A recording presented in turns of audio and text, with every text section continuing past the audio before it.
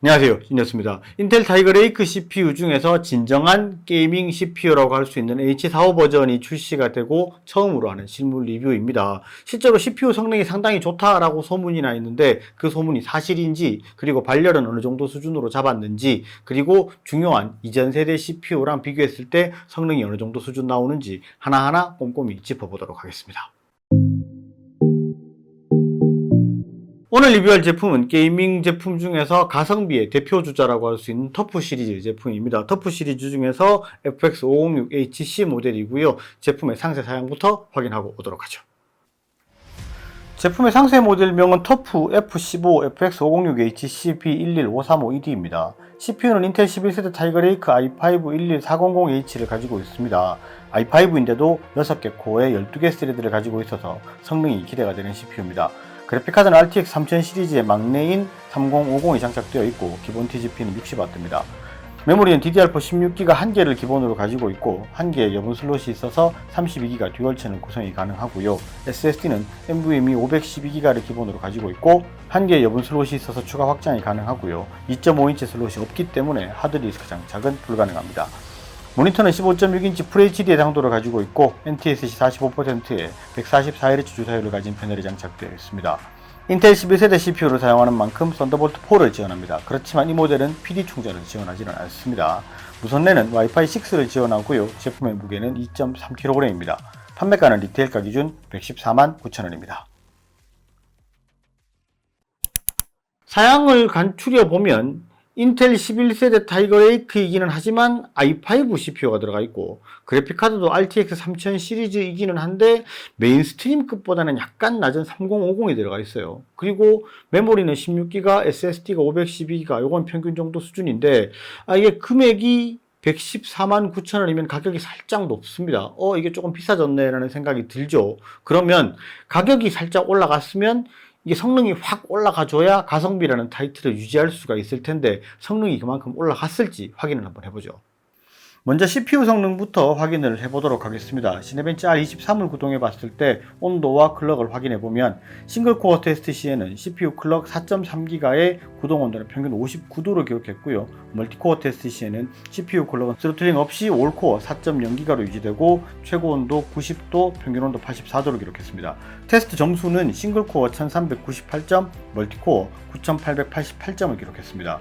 그리고 파이어 스트라이크 점수를 확인해 보면 그래픽 스코어는 13493점, 피직스 스코어는 19485점을 기록했고요. 메모리를 듀얼로 구성했을 때 그래픽 스코어는 13578점, 피직스 스코어는 2214점으로 피직스 스코어만 약간 상승을 했습니다.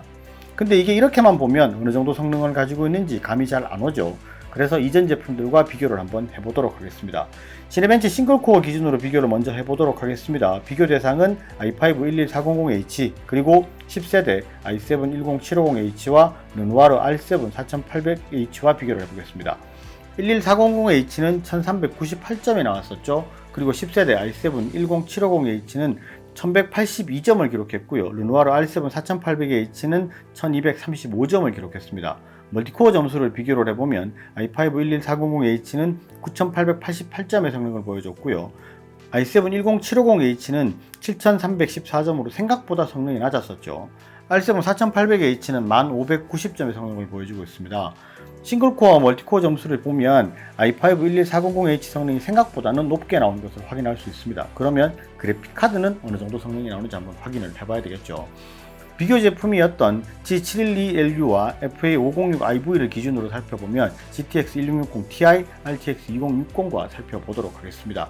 파이어 스트라이크의 그래픽 점수를 기준으로 봤을 때 RTX 3050은 13578점을 기록했고요. GTX 1660 Ti는 14553점, RTX 2060은 15497점의 성능을 가지고 있습니다.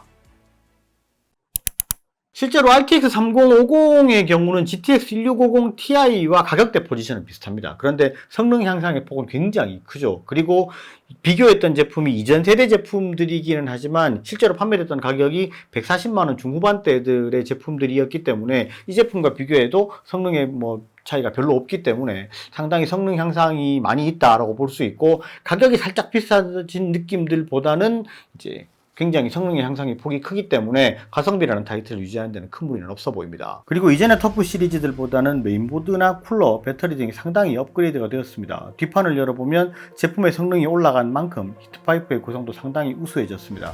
여기 이 부분이 CPU 쪽이고요. 여기가 GPU 쪽입니다. 예전보다 구성이 상당히 좋아졌죠. 그리고 그래픽 메모리의 발열 해소에도 상당히 신경을 많이 쓴 모습을 볼 수 있습니다. 쿨러도 예전 시리즈들보다는 쿨러의 블레이드가 업그레이드가 되면서 쿨링 성능은 좋아졌고 소음은 상대적으로 줄었습니다.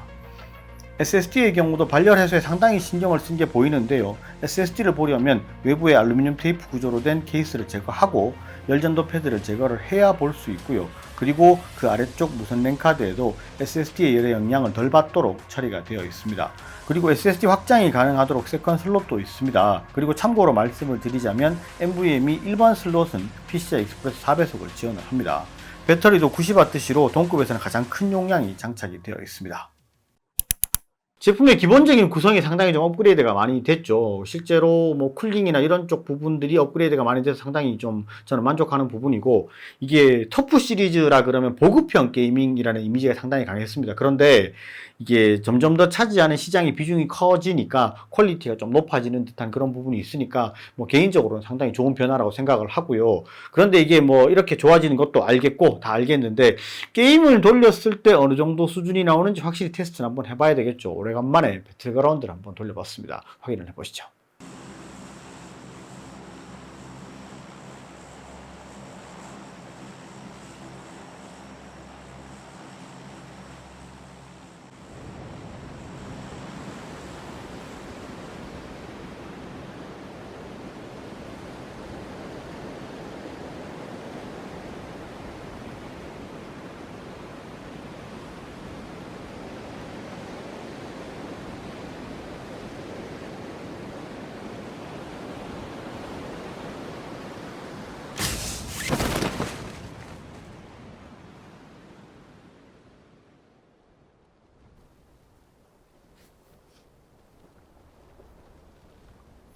게임의 옵션은 프리셋 값으로 설정을 전혀 건드리지 않고 구동을 했고요. 기본적으로 프레임과 온도가 어느 정도 나오는지를 확인하시면 될 것 같습니다.